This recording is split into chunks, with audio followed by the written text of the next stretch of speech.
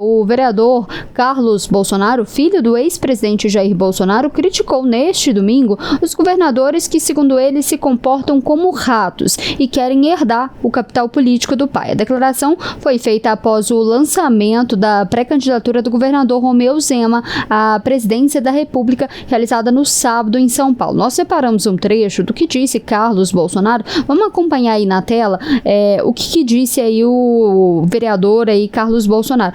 É um tweet bastante grande, né, do que ele disse, e aí tem alguns pedaços, alguns trechos bastante relevantes do que ele disse, que ele fala que esses governadores de direita estão mais preocupados apenas com projetos pessoais e com o que o mercado manda, e aí é importante a gente lembrar que teve ali até uma reação diferente do que imaginava a família Bolsonaro dos governadores, quando o assunto foi ali o tarifaço dos Estados Unidos. Enquanto o Eduardo Bolsonaro estava ali nos Estados Unidos, está lá ainda defendendo ali mais sanções em relação às tarifas, o governador Romeu Zema, aqui de Minas Gerais, o Tarcísio mesmo, em um primeiro momento eles criticaram, né, essas tarifas, toda essa questão, essas sanções dos Estados Unidos, então teve um mal-estar em relação a isso. E aí em outro trecho do que o Carlos Bolsonaro fez, em um extenso ali tweet ali no antigo X, né, o antigo Twitter, ele fala que é desumano, sujo e oportunista e canalha, e que, segundo ele, não existe outra forma de qualificar tais atitudes desses governadores de direita. E aí, em outro trecho dessa mensagem, ele fala que esses governadores alegam ter feito a sua parte, mas não passam de cúmplices covardes. E aí, um dos principais trechos aí que ele fala a verdade é dura. Todos vocês, os governadores de direita a quem ele se dirige nessa mensagem, ele não cita nomes, mas é para quem ele está se dirigindo nessa mensagem, ele fala que todos esses governadores se comportam como ratos, sacrificam o povo pelo poder, querem apenas herdar o espólio de Bolsonaro se encostando nele de forma vergonhosa e patética. E para contextualizar, você que está nos acompanhando, o governador Romeu Zema lançou a pré-candidatura no sábado, e aí todas essas declarações do Carlos Bolsonaro foram feitas logo após o lançamento dessa pré-candidatura do governador de Minas Gerais. E durante esse evento que aconteceu no sábado, o governador Romeu Zema foi questionado pelo nosso repórter Ed Júnior, que esteve no evento, justamente como que fica essa divisão da direita. O Zema evitou entrar em detalhes sobre como que fica essa relação com o Bolsonaro, mas ele defendeu o máximo de pluralidade possíveis de candidaturas no primeiro turno. Vamos acompanhar o que disse o governador de Minas Gerais. Tarcísio é competente, me dou muito bem com ele, conversamos regularmente, admiro o trabalho dele, ele tem uma aprovação excepcional em São Paulo e nós temos propostas em comuns. O cenário que eu vejo é a direita caminhar com vários pré-candidatos e lá na frente, no segundo turno, todos estarão juntos. O cenário Isso não enfraquece uma candidatura no primeiro turno, não? A proposta atual é essa. Agora tudo vai depender do partido. Nós temos o presidente Eduardo Ribeiro, temos o presidente do partido do Tarcísio, e tudo vai depender das conversas futuras aí. Mas hoje a proposta é caminharmos com a minha pré-candidatura. Durante esse evento, teve uma outra fala ali que chamou a atenção, que foi do advogado Jefferson Chicchini, que é o responsável ali pela defesa do Felipe Martins, que foi o ex-assessor do ex-presidente Jair Bolsonaro. Ele esteve nesse evento e defendeu a candidatura do governador de Minas Gerais e disse, inclusive, que essa candidatura teve a anuência ali do ex-presidente Jair Bolsonaro. Vamos acompanhar. O meu candidato se chama Jair Messias Bolsonaro, hoje infelizmente inelegível. Eu tenho a esperança que o presidente Bolsonaro será elegível. Com muita cautela, entendendo a injustiça que o Brasil vive, conversei muito dentro do partido sobre isso, pouco conheço a pessoa do Zema, respeito, admiro, e o presidente Bolsonaro disse ao Zema que o governador Zema deveria lançar a candidatura dele a presidente. Então, faço parte desse evento sabendo que, se o Bolsonaro for elegível, o meu candidato, independente do partido que eu esteja, será o presidente Bolsonaro. Se essa injustiça prevalecer, não tivermos o presidente Bolsonaro, o Zema é realmente um bom nome.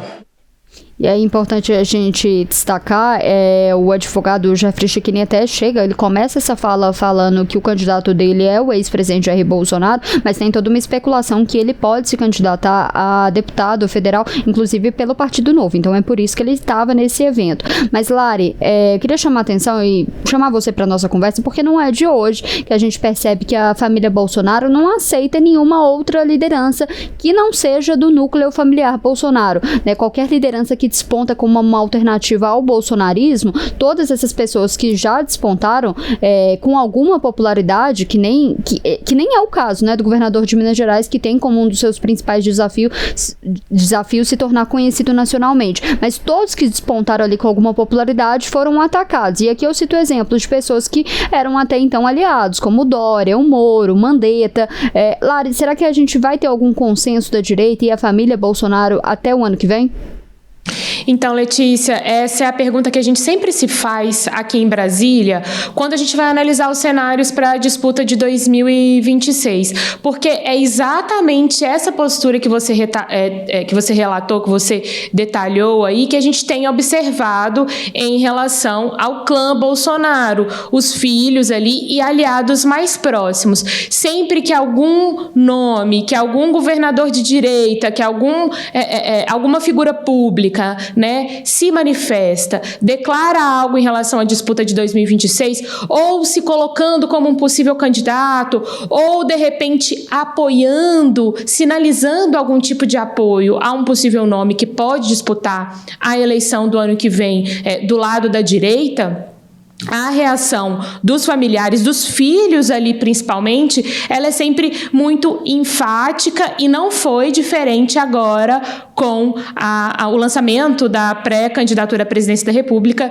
de Romeu Zema. A gente viu essa mensagem postada no X pelo vereador Carlos Bolsonaro, e a gente viu também, por exemplo, o Fábio Van Garten, que esteve na comunicação do governo, que também foi advogado ali do PL, do ex-presidente Jair Bolsonaro, repostando uma outra mensagem, né, que criticava também esses nomes, esses governadores de direita que acabam se colocando como candidatos, e nesse caso de Romeu Zema, inclusive oficializando essa pré-candidatura, e Fábio Van Garten endossando as críticas dessa mensagem postada. Ele retuitou ali, né, uma mensagem que também fazia críticas, ou seja, a gente vê de fato os filhos e esses aliados muito próximos fazendo essas críticas. E aí, Letícia, eu acho importante pra gente compreender um cenário um pouco maior, né, um pouco mais ampliado, e saber quais nomes estão colocados aí, eu pedi para a gente preparar uma arte, pegando os dados da última pesquisa Quest, que foi feita no mês passado, colocando ali alguns possíveis nomes de candidatos em potencial na disputa do ano que vem, na comparação ali com colocando o nome do presidente Lula, que é o que tudo indica, vai tentar a reeleição no ano que vem. E aí, a Quest preparou 4 cenários.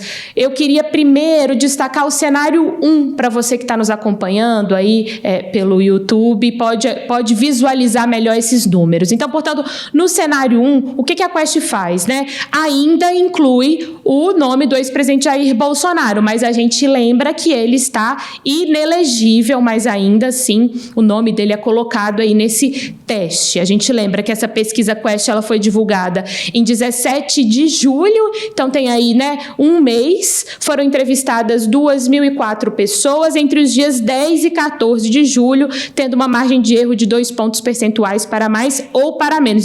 Mas aí nesse cenário 1, o que a gente observa? Lula com 32%, logo depois vem Jair Bolsonaro com 26%, Ciro Gomes com 8%, Ratinho Júnior com 6%, Ronaldo Caiado 3% e Romeu Zema com 2%. A gente lembra, né? Ratinho Júnior, governador do Paraná, e Ronaldo Caiado de Goiás. Logo depois, eles testam um segundo cenário, retirando o nome de Jair Bolsonaro, colocando o nome de Michele Bolsonaro. Nesse caso, Lula vem aí com 30%, Michele Bolsonaro com 19%, e aí a gente vai também observando uma oscilação nos nomes dos governadores. Ciro Gomes, que naquele cenário 1 estava com 1%, vai para 10%, Ratinho Júnior, que estava com 6%, vai para 7%, Ronaldo Caiado, que apareceu no primeiro cenário com 3%, vai para 5%, e Romeu Zema vai de 2% para 4%. Em um terceiro cenário, colocando agora Tarcísio de Freitas, o governador de São Paulo, que inclusive tem evitado cravar, né, se colocar como um candidato à presidência do ano que vem, sempre citando ali a importância do ex-presidente Jair Bolsonaro, enfim. Ele, nesse cenário 3, temos o Lula com 32%, Tarcísio Gomes de Freitas com 15%, Ciro Gomes vai a 12%, Ronaldo Caiado vai a 5% e Romeu Zema vai a 4%. A gente observa aí que nesse cenário 3 não aparece o nome de Ratinho Júnior. Já no quarto cenário, o cenário de número 4, feito pela pesquisa Quest, do mês passado, incluindo aí Eduardo Bolsonaro, o filho de Jair Bolsonaro, deputado que está nos Estados Unidos.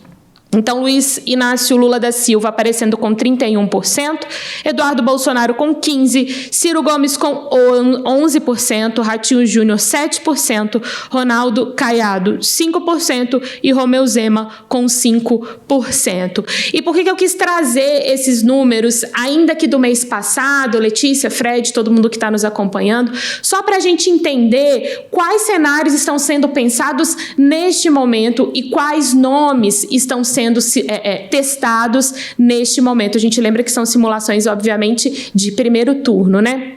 Só para a gente também ter uma noção de como que esses nomes de governadores ligados à direita estão oscilando ou quais os números que estão relacionados aí a uma possível intenção de voto deles. E a gente vai observando essas pequenas oscilações, mas claro, como a gente já sabe, como a gente já vem analisando aqui há algum tempo, Tarcísio Gomes de Freitas, governador de São Paulo, aparecendo com um percentual expressivo se comparado com os demais nomes de governadores. Então, Letícia, inclusive a Quest vai soltar uma nova pesquisa da disputa presidencial de 2026, se eu não me engano, na quinta-feira. Então, nós vamos ter números novos aí, números fresquinhos para essa semana, inclusive para a gente analisar aqui no Primeira Análise. Mas é importante fazer essa comparação, inclusive, né? Trazer esses números do mês passado e também entender esses novos números saindo na quinta-feira, qual que vai ser a oscilação que a gente vai poder observar. Mas num cenário, né, Letícia, a gente vê que de fato a coisa ainda está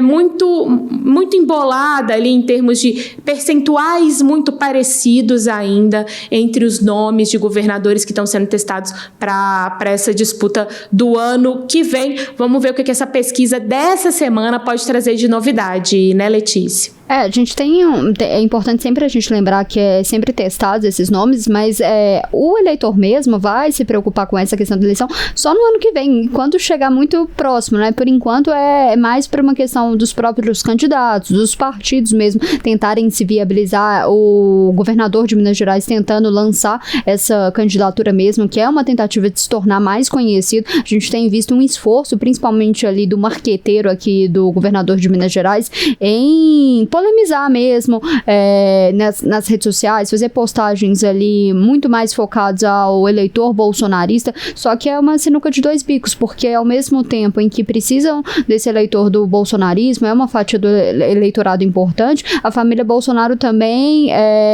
não se agrada com todas essas pré-candidaturas, inclusive a do Ronaldo Caiado, que lançou a candidatura há mais tempo do que a do Romeu Zema. Enquanto isso, até o próprio Tarcísio fica ali numa uma situação um pouco complicada. Coloca, não coloca o seu nome, porque até então o ex-presidente Jair Bolsonaro continua colocando o seu nome na disputa e para ele, politicamente, para a família, é importante continuar colocando, mesmo ele estando inelegível, porque se ele tira o nome dele da disputa agora, ele se torna uma política ali irrelevante, né? E já passa o espólio para um outro candidato. E não é isso que ele vai fazer. E não é uma estratégia só da família Bolsonaro, uma estratégia que o próprio Lula fez ali em 2018, em que ele ficou ali até o último momento realmente para se colocando como candidato, e só depois o Haddad se lançou ali como candidato do PT à presidência. Então é uma situação ali que os governadores ficam numa morde ou assopra ali com o bolsonarismo.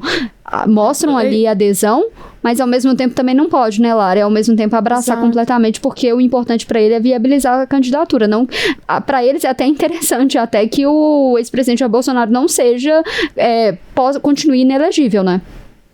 Então, Letícia, é importante você trazer esses pontos porque eles têm relação com uma pergunta que a gente também sempre se faz aqui em Brasília.